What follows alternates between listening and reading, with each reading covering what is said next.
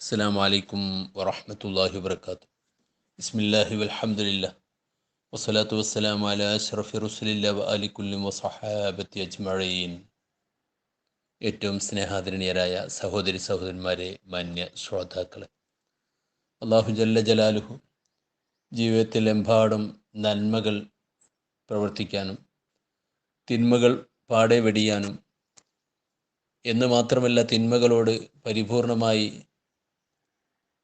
മാനസികമായി വിമ്മിഷ്ടവും വെറുപ്പും പൂർണ്ണമാകാനും നമുക്ക് തൗഫീക്ക് നൽകുമാറാവട്ടെ. അതുപോലെ നാമുമായി ബന്ധപ്പെട്ട നമ്മുടെ പരമ്പരകളെയും വേണ്ടപ്പെട്ടവരെയൊക്കെ അല്ലാഹു തആല യഥാർത്ഥ മുത്തഖീങ്ങളിലും നന്മയുടെ വക്താക്കളിലും തിന്മയുടെ വിരോധികളിലും ഉൾപ്പെടുത്തി അനുഗ്രഹിക്കുമാറാവട്ടെ. പ്രിയപ്പെട്ടവരെ, പലരും സാഹചര്യങ്ങൾക്ക് അടിമപ്പെട്ടുകൊണ്ട് അല്ലെങ്കിൽ പലപ്പോഴും ചെയ്യാം എന്നുള്ള ഉദ്ദേശത്തോടു കൂടി നന്മകൾ അവരൊഴിവാക്കുകയും തിന്മകൾ ലാഘവത്തോടു കൂടി കൂട്ടുകൂടുമ്പോൾ അല്ലെങ്കിൽ അശ്രദ്ധ കൊണ്ട് അതിലേക്ക് കൂടുതൽ ആഴ്ന്നിറങ്ങുകയും ചെയ്യുന്ന ചുറ്റുപാട് നമുക്ക് കാണാൻ സാധിക്കും.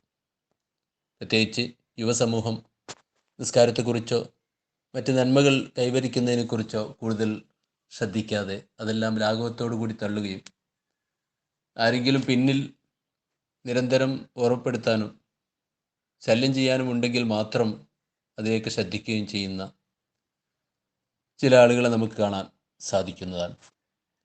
ഇത്തരം ആളുകളെ അവരെ നന്മയുടെ വക്താക്കളാക്കാനും തിന്മയോട് ശക്തമായ വിരോധമുണ്ടാകാനും അതിനു വേണ്ട ചില കാര്യങ്ങൾ ഇന്ന് ഞാൻ നിങ്ങളെ ഓർമ്മപ്പെടുത്തുകയാണ്. അവരുടെ മനസ്സിൽ വളരെ ശക്തമായി തിന്മയോട് വെറുപ്പ് ഉളവാക്കുന്ന രീതിയിൽ